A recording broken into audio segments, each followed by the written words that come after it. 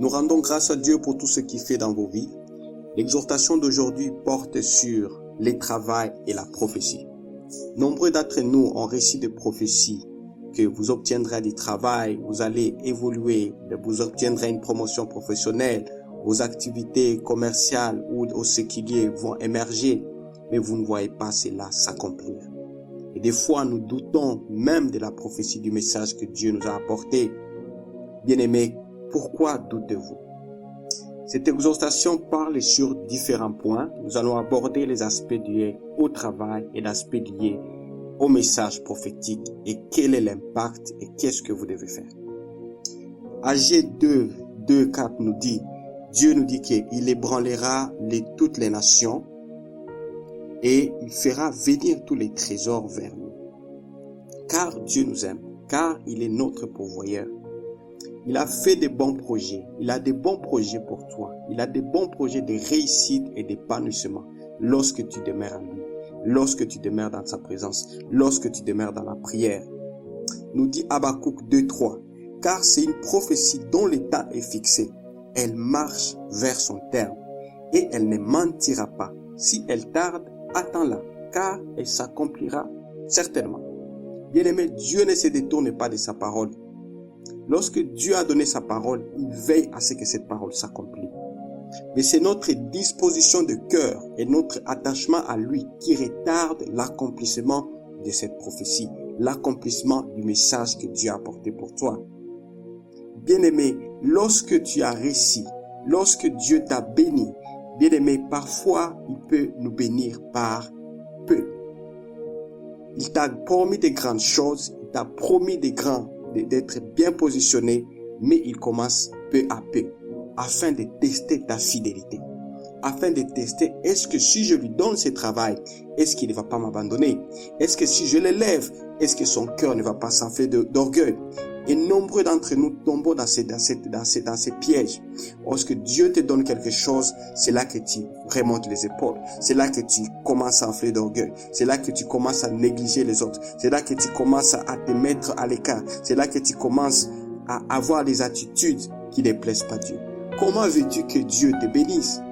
Comment veux-tu que sur le peu tu n'as pas été fidèle et que tu veux que Dieu te bénisse au grand?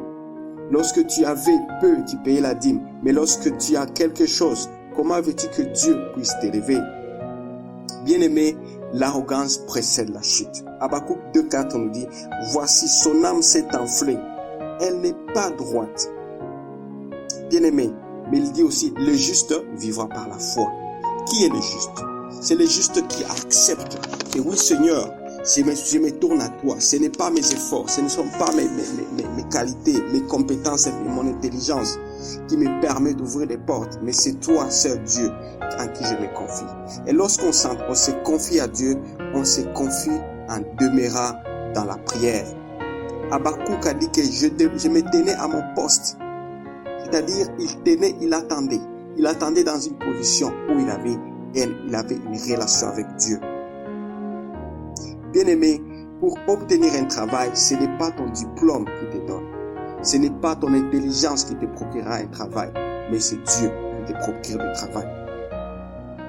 Et c'est là l'œuvre du Saint-Esprit. Lorsque nous sommes dans la présence de Dieu, lorsque nous demeurons dans la présence de Dieu, l'Esprit de Dieu, l'Esprit Saint qui est un esprit d'intelligence, l'esprit de sagesse, l'esprit de révélation, il t'ouvrira des portes. Il créera en toi le savoir-faire, l'innovation que d'autres n'ont pas. Il pourra t'orienter même là où tu vas postuler, là où tu vas présenter ton dossier. Si tu postules, si tu es dans les cadres dans les cas de promotion, le Saint-Esprit te révélera même comment tu vas travailler, comment tu dois préparer ton dossier pour pouvoir acquérir de promotion. Il va créer des opportunités. Mais là, il faut que tu sois attaché à Dieu. Il faut que ton cœur soit attaché à Dieu. Il faut que tes pensées, tes raisonnements soient soumis à Christ.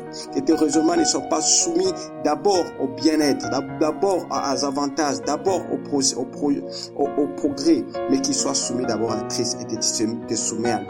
Parce que sa promesse est déjà là. Lorsqu'elle est déjà sortie, sachez bien qu'elle marche à son terme pour l'accomplissement. Et c'est toi qui dois maintenant marcher dans le rythme de demeurer en Christ, de demeurer à Jésus, afin que tu vois ces promesses puissent s'accomplir. Bien-aimé, Dieu mettra en toi le moyen. Il mettra sur ton chemin des gens qui vont venir, qu'on appelle les facilitateurs des destinées, qui vont placer pour qu'ils puissent t'aider, accompagner à pouvoir atteindre, réaliser le plan de Dieu dans ta vie. Si tu te confies à lui, ici te soumets en Christ. Bien-aimé, Dieu a dit que, peut-être tu te poses la question, d'où viendra ma solution? Par où viendra? C'est lui qui a la solution. C'est lui qui a la solution. Même dans Ésaïe 43, 19, il nous dit, voici je vais faire une chose nouvelle, qui est sur le point d'arriver. Ne la connaîtrez-vous pas? Je mettrai un chemin dans les déserts et des fleuves dans la solitude. Bien-aimé, même si tu n'as rien aujourd'hui, même si tu es dans le chômage, même si tu es dans les manquements, dans les privations financières, tes dossiers, tes opportunités n'ont pas avancé, sache que Dieu fera un chemin là où tu ne pensais pas. Dans les déserts, il fera un chemin. Bien-aimé, dans la solitude, il apportera le fleuve en abondance. C'est ça notre Dieu. Et cela va s'accomplir lorsque tu t'appuies à lui, lorsque tu donnes ta confiance à lui, lorsque tu t'appuies uniquement à lui. Car il a dit dans Agé 2:8 que l'argent est à moi et l'or est à moi, dit l'Éternel des armées. Il ne manque de rien pour te donner, mais c'est toi qui dois faire, qui dois t'appuyer à lui et c'est toi qui dois te confier à sa volonté. Même Jésus nous a dit dans Matthieu 21-22, tout ce que vous demanderez avec foi, par la prière, vous les réservez. On ne demande pas, Seigneur, seulement me demander, mais par la prière. Donc la prière aussi considère la consécration, considère que tu prends le temps pour Dieu, tu te confies à Dieu et tu lui donnes la première place dans ta vie. Et c'est là qu'il va commencer à opérer. Bien-aimés, nombreux qui ont réussi avec le Seigneur, ils vous diront pas qu'ils ont réussi à cause de leur diplôme, à cause de leur PhD, à cause de leur considération sociale. Bien-aimés, ils te diront que les projets, les travails qui procurent le bonheur viennent de Dieu. Et lorsqu'il se soumet à Dieu, c'est là qu'il voit sa grâce, c'est là qu'il voit la volonté de Dieu commencer à opérer. Dans 2 Corinthiens 5:17 nous dit, si quelqu'un est en Christ, il est une nouvelle créature. Les choses anciennes sont passées, voici toutes choses deviennent nouvelles. Sache bien que le Seigneur est en train de renouveler dans ta vie. Lorsque tu acceptes que Jésus prend le contrôle de ta vie, sache qu'il commence déjà à opérer. Ce qu'on appelle le rythme divin. Il commence déjà à mettre un rythme à mettre les différentes séquences, à pouvoir organiser l'environnement même là où tu vis. Tu ne seras pas quelqu'un qui va te trouver, quelqu'un qui va voir ton dossier, quelqu'un qui va pouvoir dire, oh, cette personne, mais son CV était ici, pourquoi il ne traînait pas? Cette personne, lorsque tu appliques, il sait déjà que ce n'est pas toi qui appliques, mais c'est l'autorité de Dieu qui est là. Et celui qui va recevoir ton dossier, il reçoit Christ. Et le jugement qu'il va porter, c'est là, il ne va pas porter le jugement à cause de ton diplôme, à cause de là où tu es venu, à cause de tes origines, mais il le portera parce que Jésus lui a instruit de le faire. Bien-aimé, c'est ça l'œuvre de Dieu. Sachez bien que n'essayez compter que sur lui.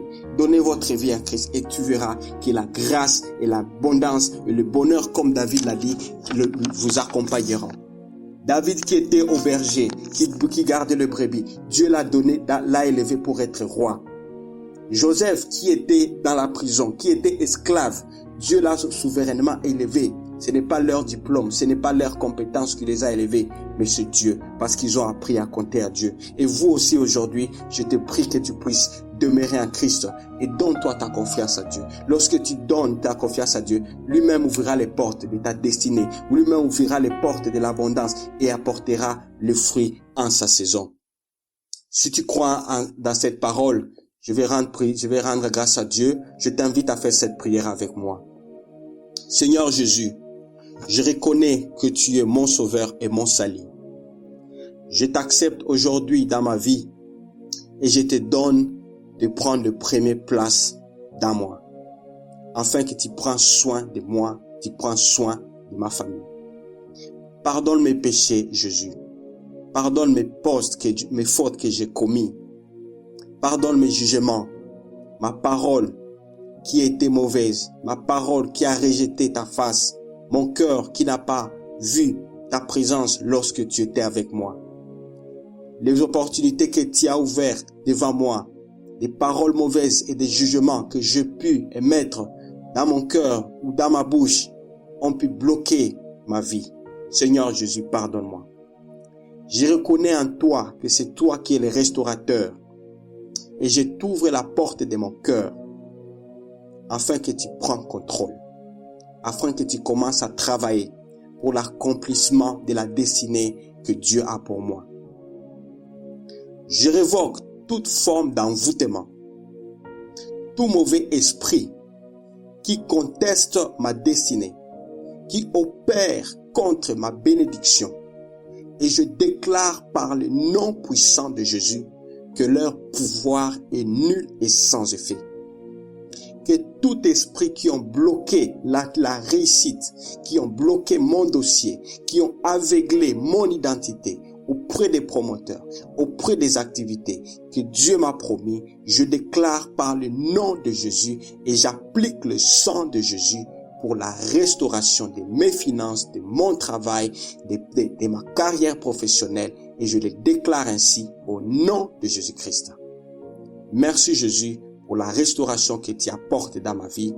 Merci pour l'accomplissement du plan de Dieu que tu opères dans ma vie aujourd'hui. Je prie ainsi au nom de Jésus-Christ. Amen. Soyez bénis mon frère, ma sœur. C'est votre frère Benjamin Nyange. Que Dieu vous bénisse et je vous dis bye bye.